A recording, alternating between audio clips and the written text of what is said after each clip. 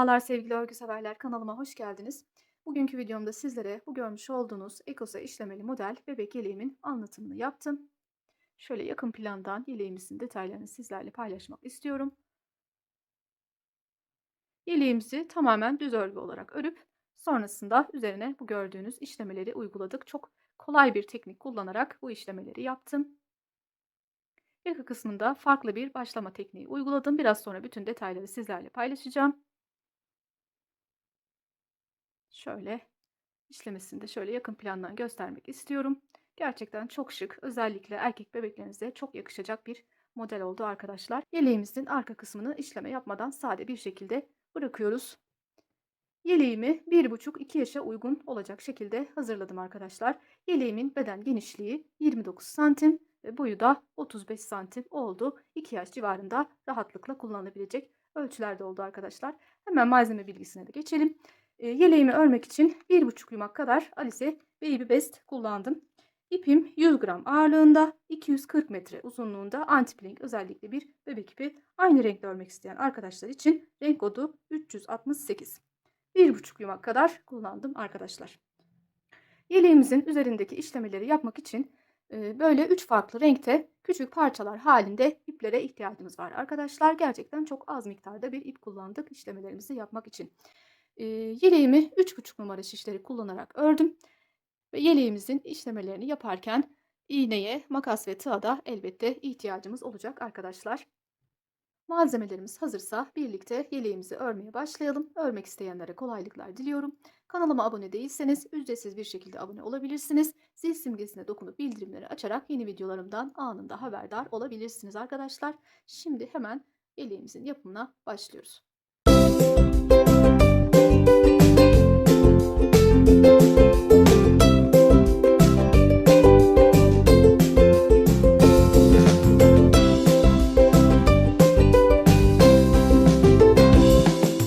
Yeleğimizi örmeye yaka kısmından başlıyoruz. Yeleğimizin yakası için şişimize 82 ilmek atıp geliyoruz. Farklı bir lastik başlama tekniği yapacağız. Şimdi bu ilmek attıktan sonraki ilk sırada arka yüzde bütün ilmeklerimi bir ters bir düz lastik olarak öreceğim. İkinci sırada farklı bir işlem yaparak devam ediyorum. İlk sırada olduğum için ilk ilmeğimi de örüyorum. İlk ilmeğimi düz ördüm. İkinci ilmeğimi ters örüyorum. Bu şekilde sıra sonuna kadar bir ters bir düz örerek sıramı tamamlıyorum.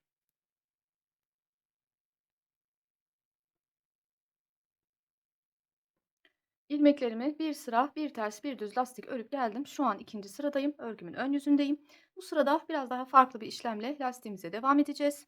Ters ilmeklerimizi normal şekilde öreceğiz. Düz ilmeklerimizde farklı bir işlem yapacağız.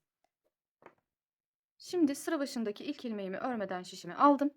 İkinci ilmeğim ters. Onu normal şekilde ters olarak örüyorum. İpimi arkaya alıyorum. Önümdeki ilmeğim düz. Bu ilmeğimi bu şekilde sağ şişime alıyorum. Bu şekilde alttan geçirerek tekrar sol şişime takıyorum. Ve onu düz olarak örüyorum. İpimi öne alıp sıradaki ters ilmeğimi normal şekilde ters olarak örüyorum. Tekrar ipimi arkaya aldım. Düz ilmeklerimde aynı işlemi tekrar ediyorum. Düz ilmeğimi bu şekilde sağ şişime aldım. Şöyle alttan çevirerek tekrar sol şişimin üzerine şöyle takıyorum. Ve ilmeğimi yine düz olarak örüyorum. Ters ilmeğimi normal şekilde örüyorum. Tekrar beraber yapalım. Düz ilmeklerimizi bu şekilde sağ şişimizin üzerine alıyoruz. Bu ilmeğimizi alttan şöyle çeviriyoruz ve tekrar sol şişimizin üzerine alıyoruz. Ve onu düz olarak örüyoruz. Ters ilmeğimizi normal şekilde örüyoruz. Son bir defa birlikte yapalım. Düz ilmeğimizi düz ilmeğimizi sağ şişimizin üzerine aldık. Şöyle alttan çevirerek tekrar sol şişimizin üzerine takıyoruz ve onu düz olarak örüyoruz. Bu sırada yapacağımız işlem bu şekilde olacak. Sıra sonuna kadar bütün düz ilmeklerimizde bu işlemi uygulayarak devam edeceğiz arkadaşlar. Şimdi ben sıra sonuna kadar ilerleyip geliyorum. Sıra sonuna kadar geldim arkadaşlar. Önümdeki son düz ilmeğimi de Aynı şekilde örüyorum. Ve kalan bir ilmeğimi de ters olarak örüp sıramı tamamlıyorum. Ve bir sonraki sıraya örgümün arka yüzüne geçiyorum. Arka yüze geçtiğimizde herhangi bir farklı işlem yapmadan ilmeklerimizi gördüğümüz gibi bir ters bir düz olarak örerek tamamlayacağız arkadaşlar. İlk ilmeğimi örmeden aldım. Sıradaki ilmeğim ters, ters olarak örüyorum. Sıradaki ilmeğim düz, düz olarak örüyorum. Yani ilmeklerimizi gördüğümüz gibi bir ters, bir düz, bir ters, bir düz olarak örerek bu sıramızı da tamamlıyoruz. Sıramı bir ters bir düz olarak tamamladım. Yaptığımız işlemden sonra bu şekilde bir görüntü elde etmiş olduk arkadaşlar. Aslında şu an burası bizim örgümüzün arka yüzüydü. Ama bu teknikte bu arka yüz daha düzgün gözüküyor. Şöyle diğer yüzünü göstermek istiyorum size. Gördüğünüz gibi bu taraf değil de bu taraf daha düzgün bir şekilde gözüküyor. O yüzden biz bu yüzü ön yüz olarak kabul edeceğiz. Şimdi arka yüze geçmiş olacağız. Şimdi bu yüzde bir sıra bütün ilmeklerimi düz olarak örüyorum. Bundan sonra her iki yüzde düz olarak örerek haroşa olarak devam etmiş olacağım. Bir sıra düz olarak örüp sonrasındaki sırada ilk iliğimizi açarak lastiğimize devam etmiş olacağız. Sıra başından başlayarak bütün ilmeklerimi düz olarak örerek bu sıramı tamamlıyorum. Bir sıra düz olarak ördüm ve örgümün ön yüzüne geçiyorum. Ön yüzden baktığımda bu bir ters bir düz lastiğimin üzerine bir diş haroşa örmüş oldum. Bu sırada ilk iliğimi açarak devam edeceğim. Sıra başından 3 ilmek örüyorum. İlk 3 ilmeğimi ördükten sonra bir tane dolama yapıyorum. Sıradaki 2 ilmeği ilmeklerimin solundan şu taraftan birlikte alarak burada ilk iliğimi açmış oluyorum. Bundan sonra 12 haroşa diş arayla iliklerimizi açmaya devam edeceğiz. Kenar patlarımız 7 ilmek haroşa olarak örgümüz boyunca devam edecek. Kenarda 3 ilmek bırakıp iliklerimizi açarak devam edeceğiz. Dediğim gibi 12 diş haroşa arayla iliklerimizi açacağız. Ve devam ediyorum haroşa olarak örmeye. 2 diş daha haroşa örerek lastiğimi tamamlayacağım.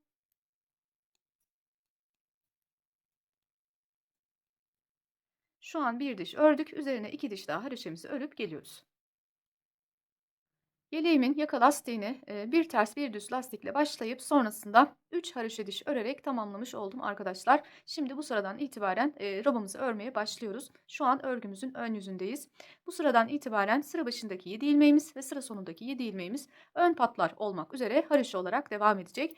Sol ön patımızda 12 haroşa diş arayla iliklerimizi açmayı unutmayalım. Bu sırada hem ön parçalarda yaka düşürme işlemi yapacağız. Daha muntazam bir şekilde yakamızın durması için hem de rob ayrımlarımızı yaparak bu sırada ilk artışlarımızı yaparak ilerleyeceğiz. Şişimizin üzerinde 82 ilmeğimiz var.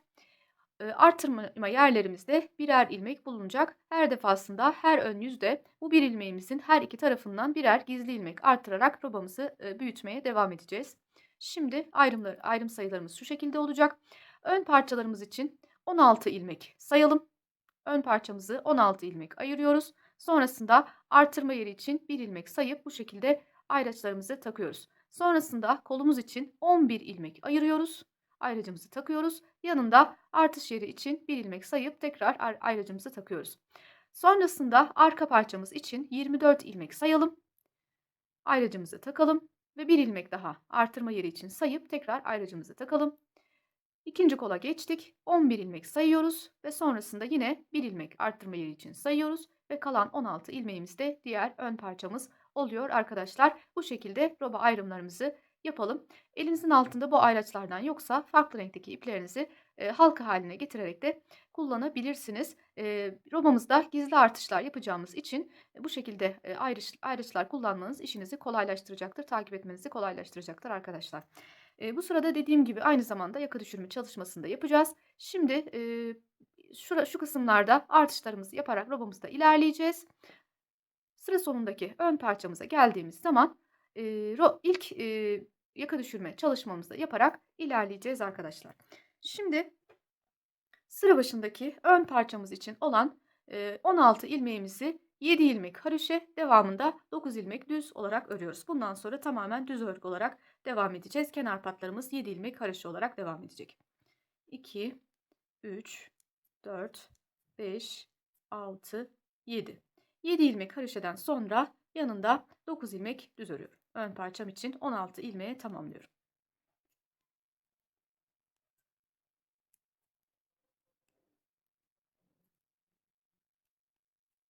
Ön parçamızı ördükten sonra ilk ayrım yerine geldik. Ön parçam için ilk 16 ilmeğimi ördükten sonra kenarlarından artış yapacağım bir ilmeğimin yanına geldim. Ayracım sol şişimde kalmaya devam ediyor. Onun önünde şuradaki ipimi kullanarak arkadaşlar buradan bir ilmek çıkaracağım. Buradaki ipi bu şekilde şişimin üzerine, sol şişimin üzerine alıyorum. Ama onu bu şekilde düz olarak örersem gizli artırma yapmış olmam, delik oluşmuş olur. O yüzden şöyle şuradan alarak çaprazlama olacak şekilde örüyorum ki gizli artırma olmuş olsun. Böyle bir ilmek arttırma yaptıktan sonra ayracımı sağ şişime aldım. Arada kalacak olan bir ilmeğimi örüyorum. Tekrar ayracımı sağ şişime alıyorum. Şimdi bir ilmek de bu taraftan çıkaracağım. Bu defa sol şişimi böyle buradaki ipimin şöyle altından değil de tersine şöyle üstten alta doğru şöyle bu şekilde bu ipi şişimin üzerine alıyorum ve yine dediğim gibi düz olarak örmüyorum. Çaprazlama olacak şekilde. Yani şöyle tutup şuradan çaprazlama olacak şekilde ilmeğimi örüyorum. Böylece delik oluşmadan buralarda birer gizli artırma yapmış oluyorum. Artırmalarımızı yaptıktan sonra önümüzdeki 11 ilmeği kolumuz için düz olarak örerek devam ediyoruz.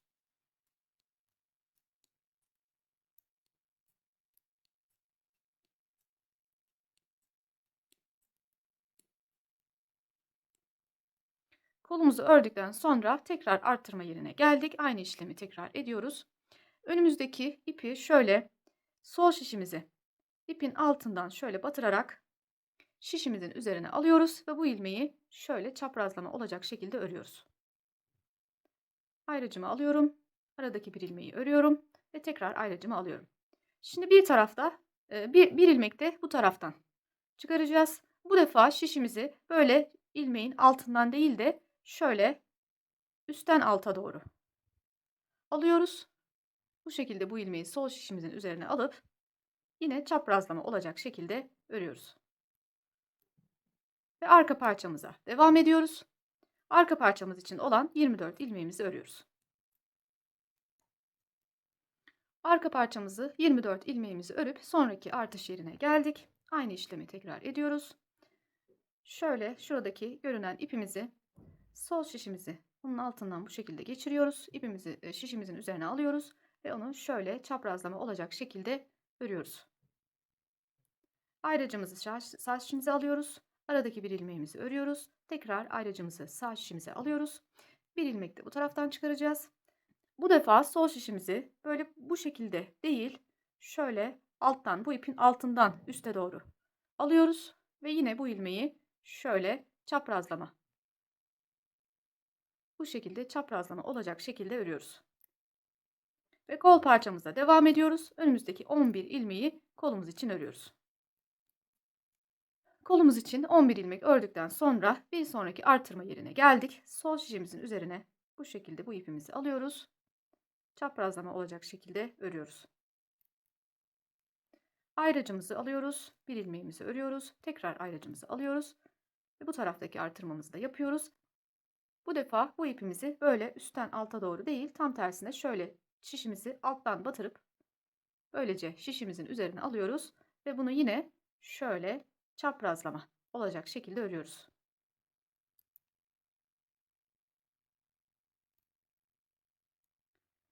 Ve son ön parçamıza geldik arkadaşlar. Sol şişimizin üzerinde 16 ilmeğimiz var. Bu ilmeklerimizin ilk 9 tanesi ön parçamız için düz olarak öreceğiz. Kalan 7 ilmeği de haroşa olarak öreceğiz. Ama şimdi bu sırada yaka düşürme yapacağımız için bu ilmeklerimizi sonuna kadar örmeyeceğiz.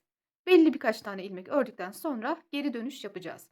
Ve bundan sonraki arka yüze geçtiğimizde yine sıra sonuna geldiğimiz zaman diğer ön parçada yine aynı şekilde geri dönüş yaparak ilerleyeceğiz arkadaşlar.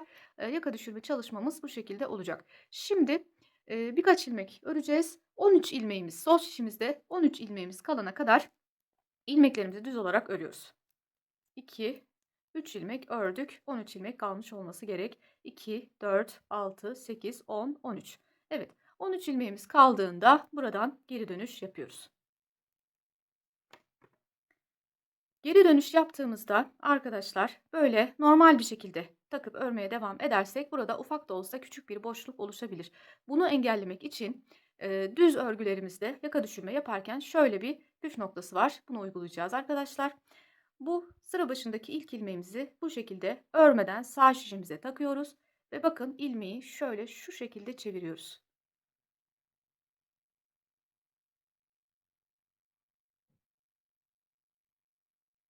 Tekrar göstermek istiyorum arkadaşlar. Bakın bu bizim sıra başındaki ilk ilmeğimiz. Bunu örmeden sağ şişimize taktık ama bu şekilde örüp gitmiyoruz. Ne yapıyoruz?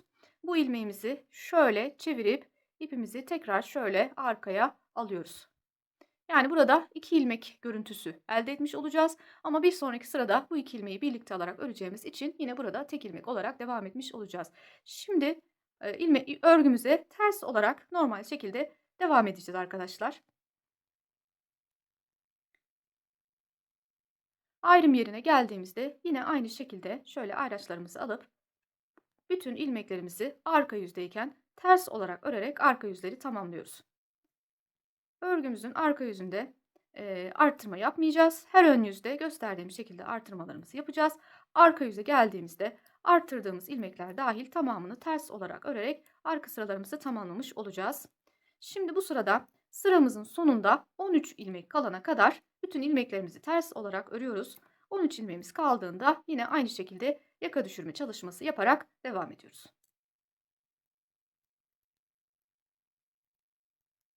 Sıramızın sonuna kadar ilerledik. Sıra sonunda söylediğim gibi 13 ilmek kalana kadar ilmeklerimizi ters olarak örüyoruz.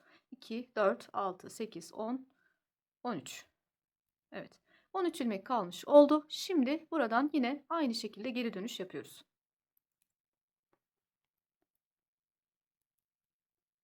Şimdi öncelikle ipimi bu şekilde öne alıyorum.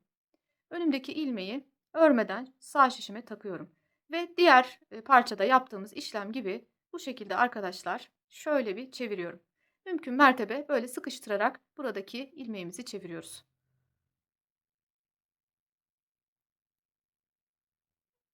Şöyle bir iki ayağını yani bu ilmeğin iki ayağı şöyle şişimizin üstüne gelmiş oluyor arkadaşlar. Ve bu şekilde biraz elimizi sıkıştırarak yanındaki ilmeği örerek devam ediyoruz arkadaşlar. Böyle bir görüntü elde etmemiz gerekiyor. Tekrar ön yüze geldik.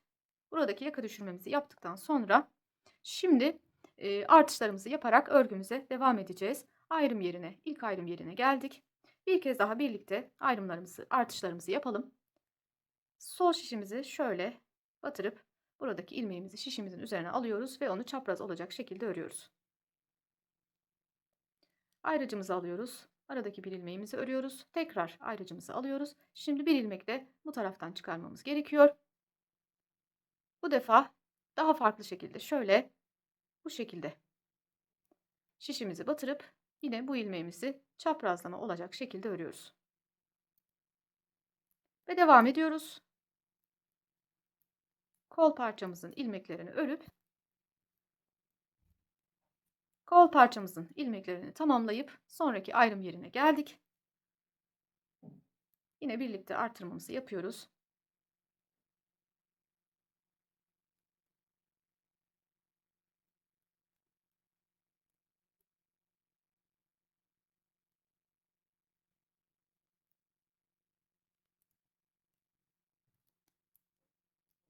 Ve buradaki artırmamızı da yapıp arka parçamızı da örüyoruz. Bir sonraki artış yerine kadar devam ediyoruz. Arka parçamızı da örüp geldik. Tekrar artışlarımızı yapıyoruz.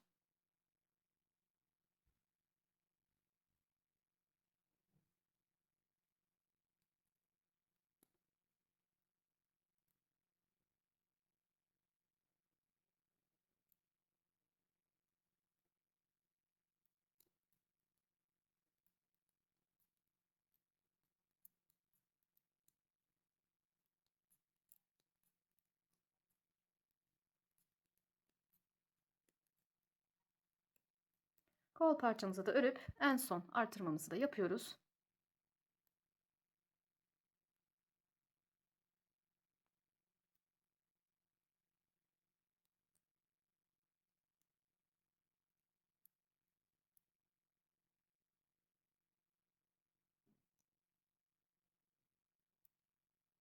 Ve şimdi tekrar ön parçamıza geldik. Bu defa sıramızın sonunda 11 ilmek kalana kadar örüyoruz.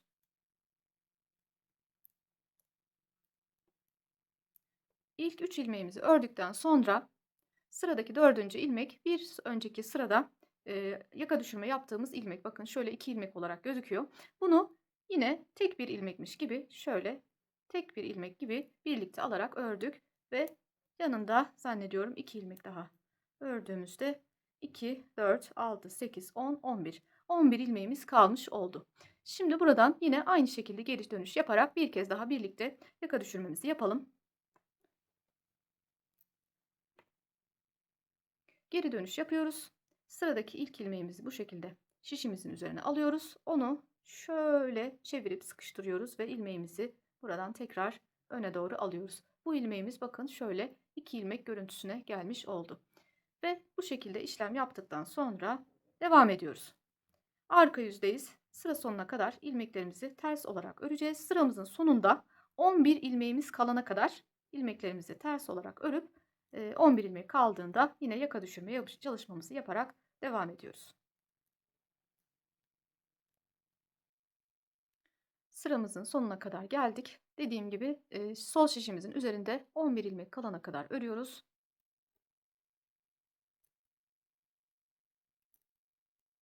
Bir önceki sırada yaka düşürmesi yaptığımız ilmeğe geldik. Gördüğünüz gibi burada sanki 2 ilmek varmış gibi gözüküyor.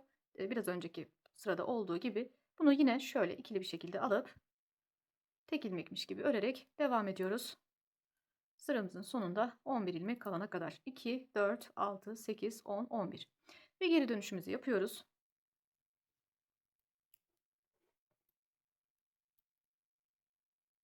Geri dönüşümü yaptıktan sonra ilk ilmeğimi örmeden şişime alıyorum. İlmeğimi şöyle bir bakın çeviriyorum.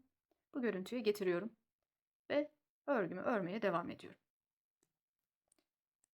Yine aynı şekilde artırma yerlerine geldiğimde artırmalarımı yaparak bu sırama devam edeceğim. Ön yüzde artırmalarımla ilerleyeceğim. Sıra sonuna kadar şuradaki son ön parçaya gelene kadar ilerleyip devam ediyoruz. Ön yüzde artışlarımızı yaparak sıra sonundaki ön parçamıza kadar ilerledik arkadaşlar. Ayrımlarımız, gizli artırmalarımız bu şekilde ortaya çıkmaya başladı. Şu an sıramızın sonundaki ön yüze geldik. Bu defa sıra sonunda 9 ilmek kalana kadar örüyoruz.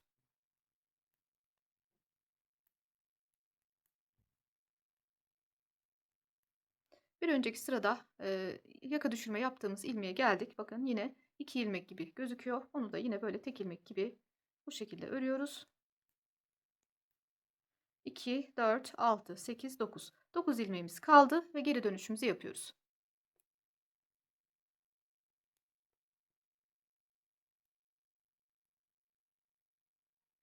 Şimdi bu şekilde ilmeğimizi aldık. Şöyle çevirdik. Tekrar ön yüze ipimizi aldık.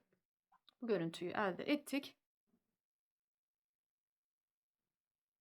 Ve devam ediyoruz. Bütün ilmeklerimizi ters olarak örerek sıra sonuna doğru ilerliyoruz. Sıra sonunda 9 ilmeğimiz kalana kadar ilmeklerimizi ters olarak örüyoruz. 2, 4, 6, 8, 9. 9 ilmeğimiz kaldığında geri dönüşümüzü yapıyoruz. Geri dönüşümü yaptım. Ön yüzde örgümü örmeye devam ediyorum. İlmeğimi örmeden sağ şişime aldım. Bu şekilde sıkıştırarak bu görüntüyü elde ettim. Şimdi ön yüzde artırmalarımı yaparak bu sıramı da tamamlıyorum. Sıra sonunda bu defa 7 ilmeğimiz kalana kadar artırmalarımızı yaparak bu sıramızda ilerleyeceğiz. Artırmalarımızı yaparak sıra sonuna doğru ilerledik.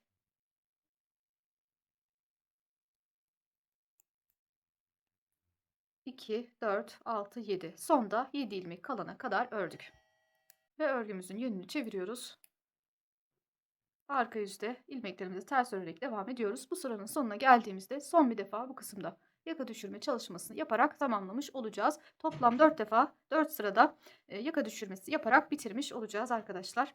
Şimdi ilk ilmeğimizi bu şekilde aldık. Şöyle çevirerek tekrar ipimizi öne aldık ve ters olarak örerek devam ediyoruz.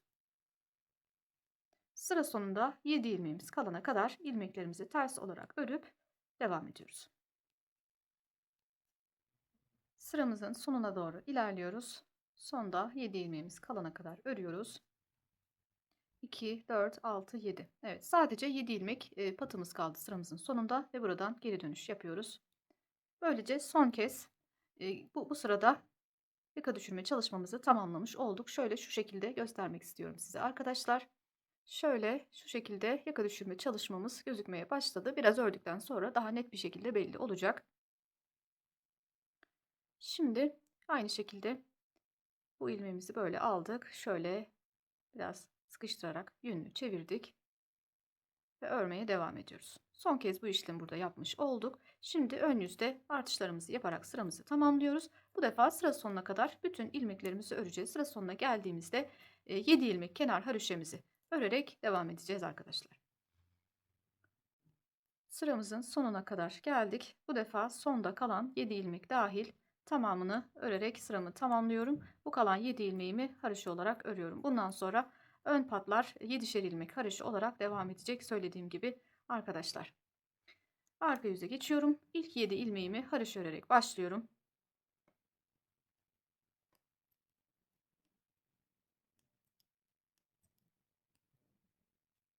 Yedi ilmek haroşadan sonra ters olarak arka yüzde örgüme devam ediyorum. Sıra sonunda yine 7 ilmek haroşamı örerek sıramı tamamlayacağım.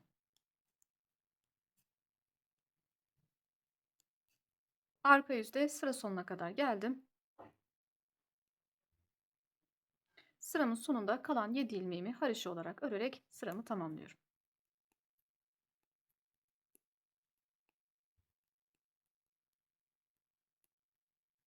Böylece yaka düşürme çalışmamızı tamamlamış olduk arkadaşlar. Şöyle düzeltip sizlere göstermek istiyorum. Gördüğünüz gibi bu kısımda yaka düşürme çalışmamızı yapmış olduk. Böylece giyildiği zaman daha muntazam bir şekilde bebeğimizin üzerine yakasına oturacaktır. Şimdi yine örgümüzün ön yüzündeyiz. Roba artışlarımızı yaparak robamızı büyütmeye devam edeceğiz. Yaka düşürme çalışmamızı tamamlamış olduk arkadaşlar. Bundan sonra ön patları 7 ilmek karışı örerek bu kısımda devam edeceğiz. Robamızın genişliği istediğimiz büyüklüğe gelene kadar artışlarımızı yaparak robamızı örüp geliyoruz. Yeleğimin robası istediğim büyüklüğe gelene kadar örüp geldim arkadaşlar. Yeleğimin robasını toplam 20 arttırma yaparak tamamlamış oldum arkadaşlar. Şu an son artırmadan sonraki arka yüzdeyim. Bu arka yüzde kollarımızı haroşaya çevirerek devam edeceğiz. Öncelikle kol ucunda biraz haroşa ve bir ters bir düz lastik öreceğiz. Kollarımızı tamamlayacağız. Sonrasında bedene devam edeceğiz. Ayrım yerlerimiz belli aslında ama ben sayarak şöyle parçalarımızı ayarlayarak, ayırarak bu öncelikle ayraçlarımı takıp size sayılarını vermek istiyorum. Parçalarımızı ayırıyoruz. Şimdi buradan ilmeklerimizi sayıp şuradaki artış yerindeki bir ilmeğe kadar olan ilmeklerimizin önüne şu kısma bir tane ayraç takacağız. Yani bu aradaki bir ilmeği kola dahil edeceğiz. Ön parçaya dahil etmeyeceğiz. Oraya kadar ön parçadaki ilmeklerimizin sayısı kaç olmuş? Hemen birlikte sayalım. 2, 4, 6, 8, 10, 12, 14, 16, 18, 20, 22, 24, 26, 28, 30, 32, 34, 36. Ön parçam için 36 ilmek sayıyorum ve ayracımı takıyorum. Şimdi söylediğim gibi bu önümdeki arttırma yerindeki bir ilmeği kola dahil ederek saymaya başlıyorum. 2, 4, 6, 8, 10, 12, 14, 16, 18, 20, 22, 24, 26, 28, 30, 32, 34, 36, 38, 40, 42, 44, 46, 48, 50 ve 52. Sonraki artırma yerindeki bir ilmeğe kadar toplam 52 ilmek saydım arkadaşlar. Bu taraftaki ikinci artırma yerindeki bir ilmeği arka bedene dahil edeceğim. Kola dahil etmeyeceğim. Oraya kadar şuradan saydığım zaman 52 ilmek kol için saydım ve ayracımı takıyorum. Şimdi arka bedeni saymaya başlıyorum. Arka bedende her iki taraftaki artırma yerlerindeki birer ilmekleri arka bedene dahil ederek devam ediyoruz. Şuradan sayıyorum. 2, 4, 6, 8, 10, 12, 14, 16, 18, 20, 22, 24, 26, 28, 30, 32, 34, 36, 38, 40, 42, 44, 46, 48, 50, 52, 54, 56, 58, 60, 62, 64, 66. Bu ayrım yerindeki, artış yerindeki ilmeği de dahil ettiğim zaman 66 ilmek saymış oldum arka bedenim için.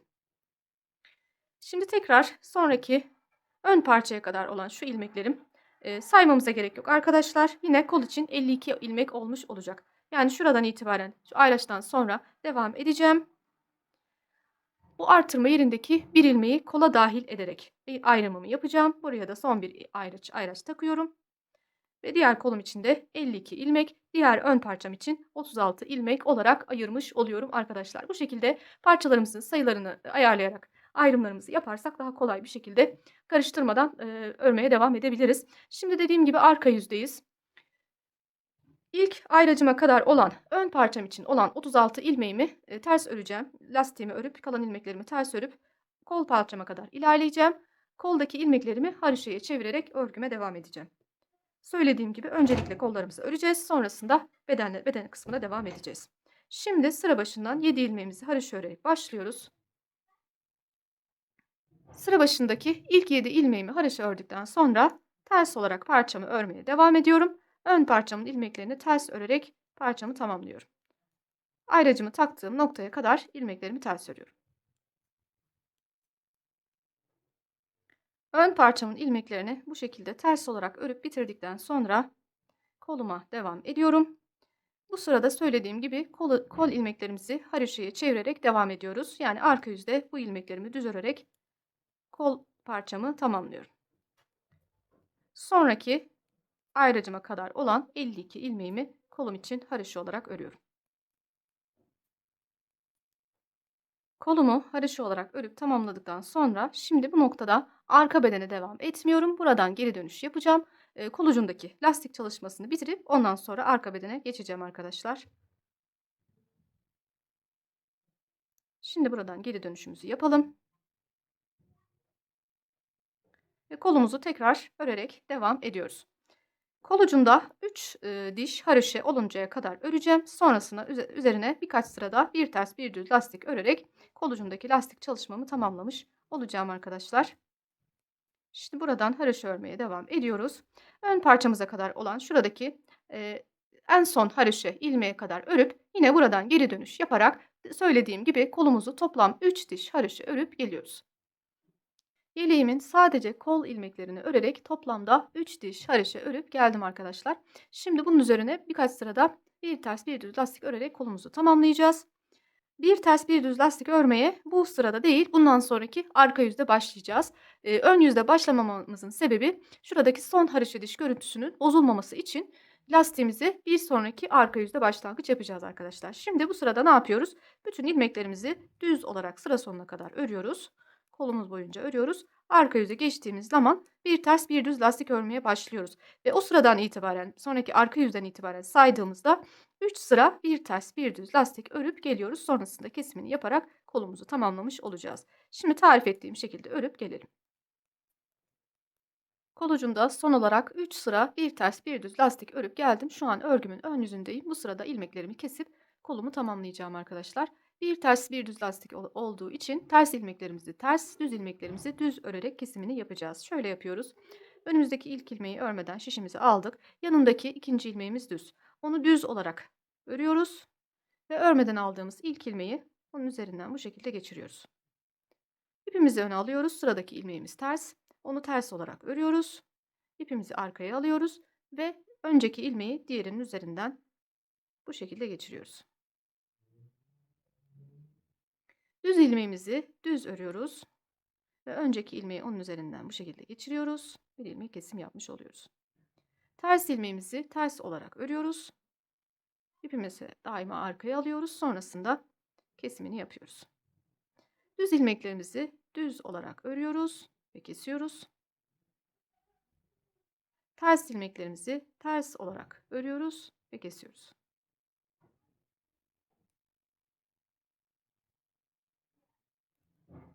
Biraz ilerleyip sizlerle görüntüsünü paylaşmak istiyorum bu tekniğin. Bir ters bir düz lastiklerde ben genellikle bu kesim yöntemini tercih ediyorum arkadaşlar. Tabi sizin tercihinize kalmış. Farklı şekilde de bir kesim yapabilirsiniz elbette.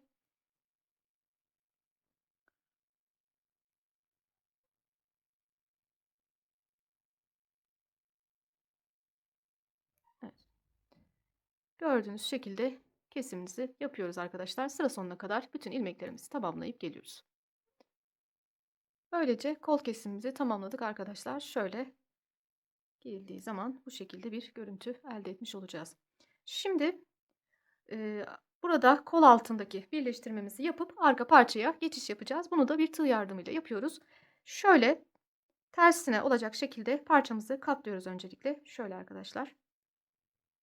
Şimdi şöyle çeviriyoruz. Tığımızı buradaki ilmeğimizin içine aldık.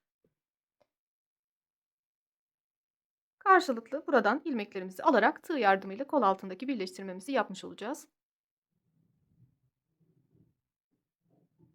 Şöyle öndeki ilmeği hemen alıyorum. Tığımın üstündekiyle beraber ikisini birlikte çekiyorum. Şimdi bir ilmek şöyle önden, şöyle öndeki parçadan bir ilmek alıyorum.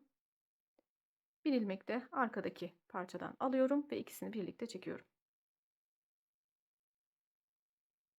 Bu şekilde kenardaki iplerimizden ilmekler çıkararak bu kısımdaki tığlamamızı yapıyoruz. Böylece kol altını birleştirmiş oluyoruz. Şöyle bakın şu aradan, şu kısımdan alıyorum ve onun tam karşısındaki araya batış yapıyorum. Şöyle ikisini birlikte çekiyorum.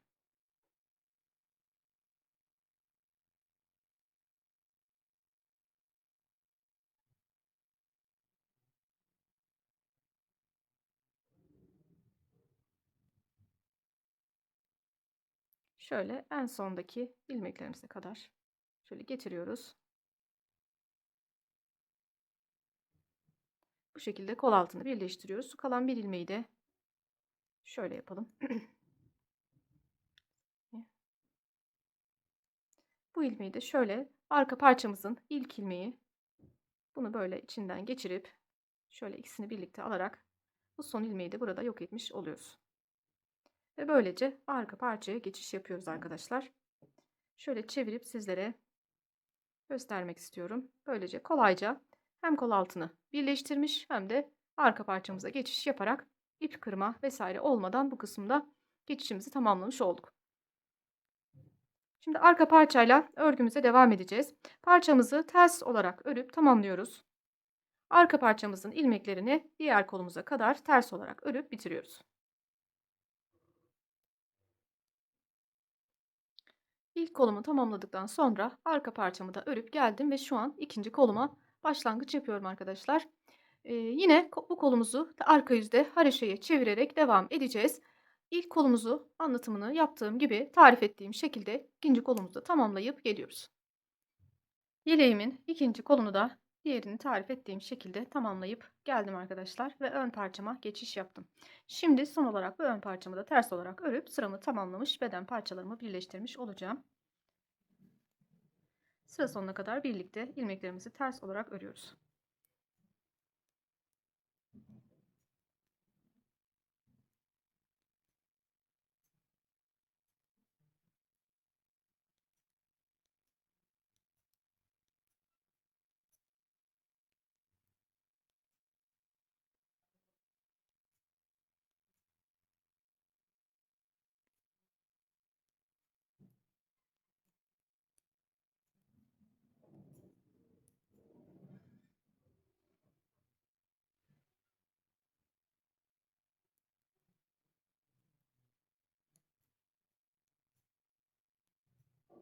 Ön parçamızı tamamlarken 7 ilmek haroşamızda örüp kenar patımızı tamamlamış oluyoruz.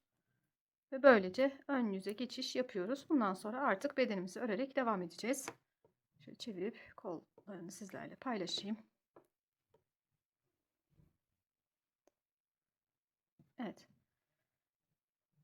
Bu şekilde roba kısmını ve kollarını tamamlayıp bedene geçiş yapmış olduk arkadaşlar. Şimdi bundan sonrası artık herhangi bir farklı işlem yapmadan düz olarak bedenimizi örmek olacak. Bedenimizin alt lastik kısmına kadar örgümüz istediğimiz uzunluğa gelene kadar bu şekilde tek parça halinde düz olarak örerek beden kısmımızı tamamlayacağız. Yeleğimin alt bedenini örüp geldim arkadaşlar. Şu kısımdan omuzdan itibaren ölçtüğümde 32 santim olana kadar yeleğimi ördüm. Şu an örgümün ön yüzündeyim. Bu ön yüzü ördükten sonra arka yüze geçtiğimde alt lastik için haroşa örmeye başlayacağım. Kollarda olduğu gibi 3 diş haroşa öreceğim. Üzerine tarif ettiğim şekilde 3 sıra bir ters bir düz lastik örüp kesimini yaparak alt lastiğimi tamamlayarak yeleğimi bitirmiş olacağım. Yeleğimin ön patında şu ana kadar 4 tane ilik açtım. Son bir ilik de lastik kısmında açarak toplam 5 ilikle, tamamlamış olacağım arkadaşlar. Sonrasında düğmelerimi dikeceğim ve yeleğimin ön parçalarındaki işlemelerim için hazır hale gelmiş olacak. Oraya kadar söylediğim gibi alt lastiği tamamlıyoruz. Düğmelerimizi dikip geliyoruz. Elimize işleme yapacağımız iplerimizi alıp devam ediyoruz. Yeleğimin alt lastiğini tarif ettiğim şekilde tamamlayıp geldim arkadaşlar. Düğmelerimi diktim ve bir tarafın işlemesini de yapıp bitirdim. Şimdi diğer tarafı da sizlerle birlikte uygulayacağız. İşlemi yapmak için 3 farklı renkte ip kullanacağız. Böyle küçük parçalar halinde iplerinizin olması yeterli. Çok az kullanacağız. İşlemi yapmak için bir örgü dikiş iğnesine ihtiyacımız var. Böyle yuvarlak uçlu etamin iğnesi olarak da biliniyor. Bu iğnelerden temin etmemiz gerekiyor. Ve tabii makas ve tığa da ihtiyacımız olacak işlemimizi yaparken. İşlemimize öncelikle beyaz ipimizle başlayacağız. Şimdi hemen birlikte başlayalım. İğneme beyaz ipimi taktım arkadaşlar. Şimdi şöyle şu kısımdan alttan işlememize başlayacağız. Şöyle yapıyoruz. Şuradan şöyle yakın plandan sizlere göstereyim. Şu kenardaki şu ipi görüyorsunuz. Şu kısmı. Şunu bırakıp hemen yanındaki ilmekleri saymaya başlıyoruz. 1, 2, 3, 4, 5, 6, 7, 8, 9, 10, 11, 12. 12 ilmek sayıp 13. ilmeğe başlangıcımızı yapıyoruz. Şimdi bu tarafta sayalım birlikte. İlmeklerimizi bakın şunlar. Şöyle size şu kenarda bir ilk görünen şunu saymıyoruz. 1, 2, 3, 1, 2, 3, 4, 5, 6, 7, 8, 9, 10, 11, 12 ve 13. 13. ilmeğimiz bu ilmek arkadaşlar. Şöyle iğnemle şu an işaretlediğim ilmek. Şimdi arka taraftan şöyle bu ilmeğin hemen ilk ilmeğine şuraya arkadan öne doğru batış yapıyorum. Beyaz ipimi arkada sabitliyorum.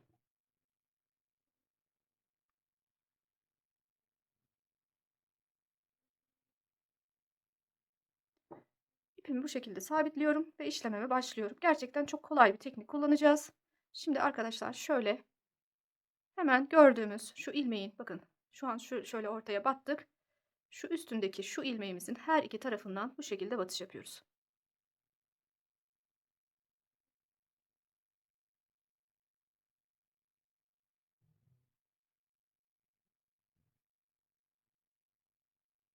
Ve tekrar aynı noktaya ilk çıkış yaptığımız noktaya batıyoruz. Şimdi buradan bu tarafa doğru çaprazlama devam edeceğiz. Şöyle şurada göstereyim. Burada olduğu gibi ilk ilmeği burada ilk işlemimizi yaptık. Bu şekilde çaprazlama devam edeceğiz. Nasıl yapıyoruz? Şöyle bu batış yaptığımız ilmeğin bakın şu yan tarafındaki bu. Bu yan tarafına değil hemen bir üst sırasına batış yapıyoruz. Tekrar göstereyim sizlere şöyle düzelterek. Şimdi şuradan öncelikle bir batışımı yapayım arkadaşlar. Arkaya bir alayım. İşlemimizi bir görelim. Bu şekilde V şekli olacak şekilde ilmeklerin üzerinden işlemimizi yapıyoruz. Şimdi bu ilmeğimizin yanındakine değil onun bir üst sırasına bakın şuraya batış yapıyoruz. Ve burada işlemi tekrar ediyoruz. Batışı şu ortasına batış yaptığımız ilmeğin her iki tarafından bu şekilde iğnemizi geçiriyoruz. Tekrar arkaya alıyoruz. Arkaya aldığımızda bu ilmeğimizin yanındakine değil onun bir üst sırasına şuraya batış yapıyoruz. Bakın bu şekilde oluşmaya başladı sıralarımız, işlemelerimiz. Bu batış yaptığımız, ortasına batış yaptığımız ilmeğin her iki tarafından şöyle iğnemizi batırıyoruz. Ve tekrar başlangıç noktasına dönüş yapıyoruz. Bir sonraki işlemimizi kaydırma yaparken, bir üst sıraya kaydırma yaparken böyle yanındaki sıraya değil, onun bir üst sırasına şuraya batış yapıyoruz. Bir kez daha ayrıntılı sizlere göstermek istiyorum. Bu batış yaptığımız, içine batış yaptığımız ilmeğin her iki tarafından şöyle iğnemizi batırıyoruz. Ve tekrar başlangıç noktasına dönüş yapıyoruz. Şöyle olacak. Sonrasında buradan çıkış yaparken bu ilmeğimizin hemen yanındaki sıraya değil, onun bir üst sırasına şuraya batış yapıyoruz. Bu şekilde V'lerimizi oluşturarak devam ediyoruz. Üst taraftan batışımızı yaptık. Tekrar aynı noktaya dönüş yapıyoruz. İğnemizi bir üst sırada çıkartırken yanındaki sıraya değil, onun bir üst sırasına, şuraya batış yapıyoruz. Şöyle yavaş bir şekilde göstererek ilerlemeye devam edeceğim.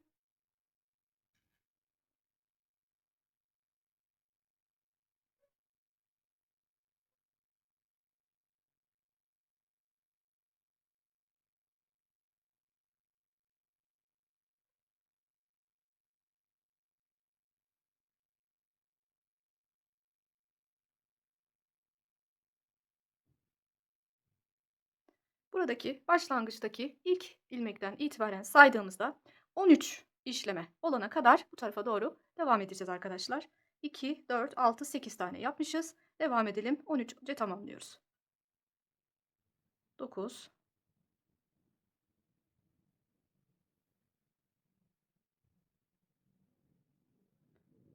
10,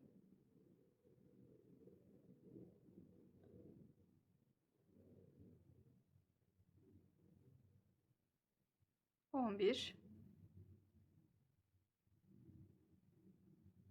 12 ve 13. Şimdi bu şekilde 13 tane tamamladıktan sonra şimdi bu şekilde ve 13'üncüyü tamamladık. Bu şekilde 13 ilmek bu tarafa doğru tamamladıktan sonra geri dönüş yapacağız arkadaşlar. Yeleğimizin şöyle yan tarafına kadar gelmiş olduk. Buradan geri dönüş yaparak aynı doğrultu şöyle bu tarafa doğru dönüş yaptıktan sonra ilmeklerimiz bitene kadar devam edeceğiz. Yani ne yapmış oluyoruz? Burada şuradaki şu kısmı yapmış gibi oluyoruz. Buraya kadar 13 ilmek oluncaya kadar bu tarafa doğru devam ettik.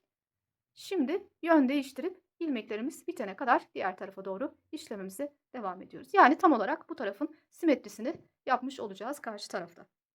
Şimdi 13'e bu şekilde tamamladık. Geri dönüş yaparken de aynı işlemi bu sefer bu tarafa doğru ilerleteceğiz. Şimdi bu son yaptığımız ilmeğimizin yanındaki ilmeğe değil, onun bir üst sırasına, şuraya batış yaparak çıkıyoruz.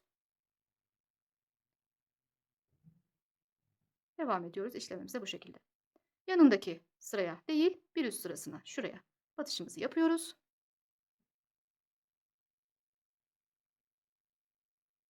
Devam ediyoruz. Şöyle bir kez daha ayrıntısını göstereyim. Bakın, işleme yaptığım ilmeğimin yanındaki ilmeğim şu. Buna değil, bunun bir üst sırasına batışımı yapıyorum. Böylece işlemimizi yapmaya devam ediyoruz arkadaşlar. Söylediğim gibi kenarda ilmeklerimiz bitene kadar, kenara gelene kadar böylece devam ediyoruz.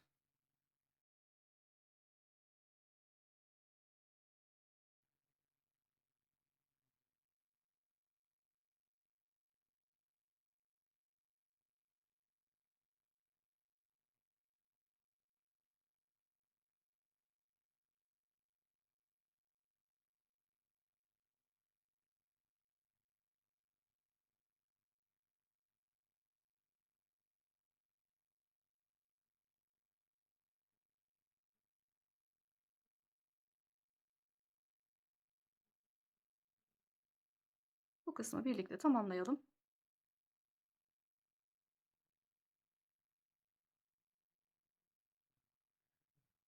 Kaldığım noktadan devam ediyorum. Köşeye gelene kadar işlemimi yapıp bitirdim. Şimdi yön değiştirip bu tarafa kadar, gittiği yere kadar işlemimi yapmaya devam edeceğim. Buradan şöyle bir üst sıradan çıkış yapıyorum.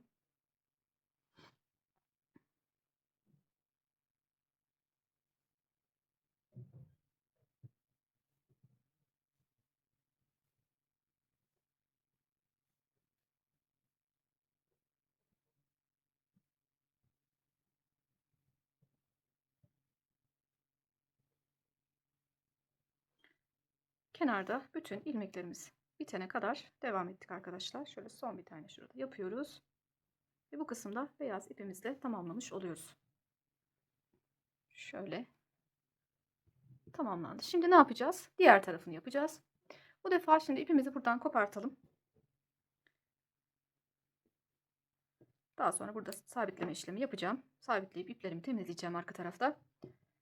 Şimdi yine aynı noktadan başlayarak bu defa diğer tarafa doğru ilerleyeceğiz arkadaşlar. Şuradan başladık. Şimdi böyle buradan başladık. Bu tarafa doğru ilerledik. Yine aynı noktadan başlayacağız. Şöyle bir üst sırasından şuradan başlayarak bu tarafa doğru ilerleyeceğiz. Yine aynı şekilde olacak. Buradaki ilk ilmek, birinci ilmek olmak üzere 13 tane olana kadar bu tarafa devam edeceğiz. Sonrasında yön değiştirip diğer tarafa doğru ilerleyeceğiz. İlmeklerimizin bittiği noktaya kadar götürüp orada tamamlamış olacağız. Beyaz işlememiz bu şekilde tamamlanmış olacak arkadaşlar. Biz şu an ne yaptık? Şöyle simetrisini göstermek istiyorum bu tarafta. Şuradan başladık. Şu kısmı şöyle şurayı yapmış olduk. Şimdi yine bu noktadan başlayacağız. Bu şekilde buradan buraya bu kısmı da tamamlamış olacağız. O kısmı da tamamlayıp gelelim. Sonrasında hardal ipimizle devam edeceğiz. Beyaz ipimle olan işlemimi tamamladım arkadaşlar. Gördüğünüz gibi baklava dilimlerim oluştu. Şimdi hardal rengimle devam edeceğim.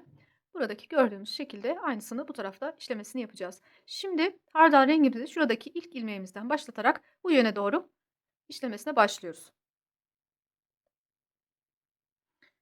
Hardal ipimle şöyle buradaki ilk ilmeğimin ortasına arka taraftan batış yapıyorum. Arka yüzde ipimi sabitliyorum.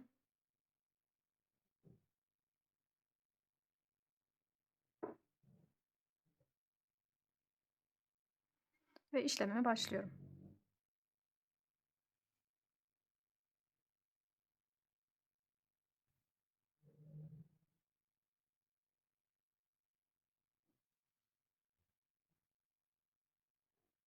Şimdi bu noktadan başladım.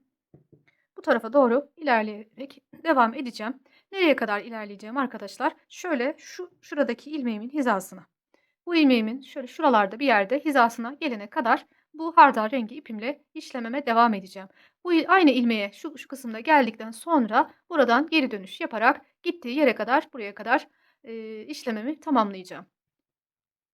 Şöyle bu tarafta da daha net olması için sizlere göstermek istiyorum. Şu noktadan şimdi başlamış olduk. Devam edeceğiz buraya kadar. Yani bununla aynı hizaya gelene kadar. Kaç ilmek varsa devam edeceğiz. İsterseniz sayalım. Sayısını da vermiş olayım. 2, 4, 6.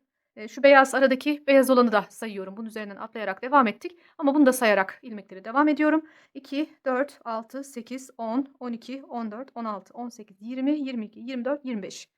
İlk ilmekten itibaren 25 ilmek devam etmişim bu yönde. 25. ilmeğe geldiğimde yön değiştirip gittiği yere kadar işlemimi sürdürmüşüm arkadaşlar. Buraya kadar bunu tamamlayalım. Sonrasında da bu kısmı yapacağız. Nasıl yapacağız? Yine şuradan hizalayacağız arkadaşlar. Yani şu beyaz şu anda şurada gördüğümüz beyaz. Şu beyazın en son sırasını şöyle aşağıya doğru takip edeceğiz. Buradaki ilk ilmeğimizi bulacağız. Buradan hardal ipimizle başlayarak bu yönde işlememizi sürdüreceğiz. Yani şuradan başlayacağız. Buradaki sıra ilmeklerimizi tamamlayana kadar bu yönde devam edeceğiz. Yine aynı şekilde ne olmuş olacak? 25 ilmek olmuş olacak. Ve buradan geri dönüşümüzü yaparak diğer yönde gittiği yere kadar tamamlayacağız arkadaşlar. Şimdi şuradaki beyaz üzerinden atlayarak devam ettik. O kısmı da size göstermek istiyorum. Sonrasında söylediğim şekilde tamamlayıp geleceğiz.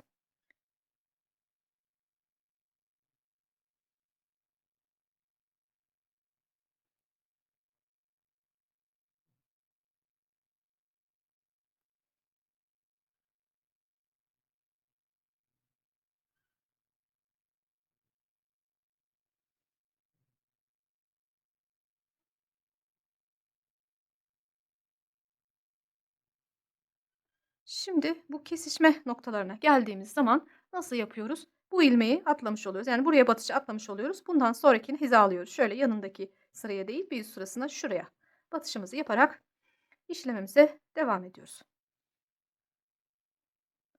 Buradan şöyle şu yanındaki beyazla da hizaladığınız zaman karıştırmazsınız arkadaşlar. Buradan söylediğim gibi başlangıçtan itibaren saydığımızda 25 ilmek olana kadar bu yönde devam edeceğiz. Sonra yön değiştirerek bu tarafta ilmeklerimiz bitene kadar işlememize devam edeceğiz. Evet, şimdi tarif ettiğim şekilde hardal ipimizle her iki yönde bu şekilde hardal ipimizle olan işlememizi de tamamlayıp geliyoruz. Böylece hardal ipimizle olan işlemimizi de tamamladık arkadaşlar. Şimdi sıra geldi maviye. Mavi işlemimizi biraz daha fazla yapacağız. Bu defa alttan her iki noktadan şöyle mavi ipimizle başlayacağız. Nasıl olacak? Şu iki hardal ve beyaz ipimizin tam ortasında kalan ilmeklerden başlangıç yaparak işlemimizi yapacağız. Şimdi şöyle bakalım. Buradaki hardal ilmeğimle şuradaki beyaz ilmeğimin arasında toplam 11 ilmeğim var. Bunların tam ortasındaki ilmekten başlangıç yapıyorum. Yani şu taraftan 1, 2, 3, 4, 5 ilmek sayıyorum. 6. ilmeğin ortasına tam şuraya başlangıcımı yapıyorum.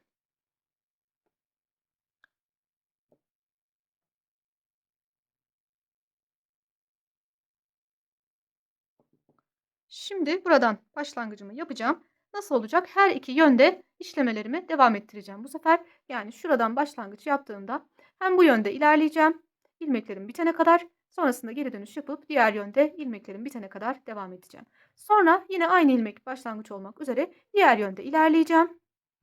Burada yine şuradaki beyaz ilmeğimizi referans alarak onun üst sırasına kadar şöyle şuradan başlayarak işlememizi yapacağız ve geri dönüş yaparak ilmeklerimiz bitene kadar kenara kadar devam edeceğiz. Bir tarafı bu şekilde tamamladıktan sonra diğer taraftan başlayıp yine aynı işlemi tekrar edeceğiz arkadaşlar.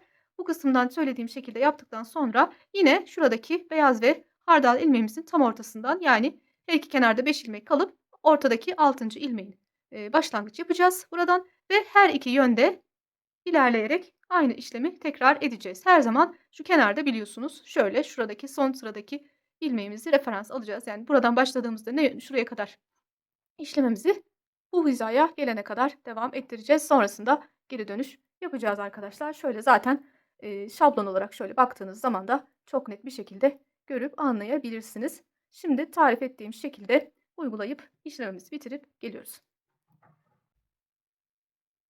Son olarak işlemelerimizi tamamlayıp ikose model yeleğimizi tamamlamış olduk arkadaşlar. Gerçekten yapılışı kolay ama duruşu oldukça şık bir model. Arka yüzünü bu şekilde sade bir şekilde bıraktık. Dilediğiniz renklerle her iki cinsiyet için uygulayabileceğiniz, örebileceğiniz güzel bir model hazırlamış olduk birlikte arkadaşlar. Videomda bana eşlik ettiğiniz için teşekkür ediyorum. Beğeni ve yorumlarınızla desteklerinizi gösterirseniz memnun olurum. Yeni modellerde tekrar görüşmek dileğiyle. Hoşça kalın.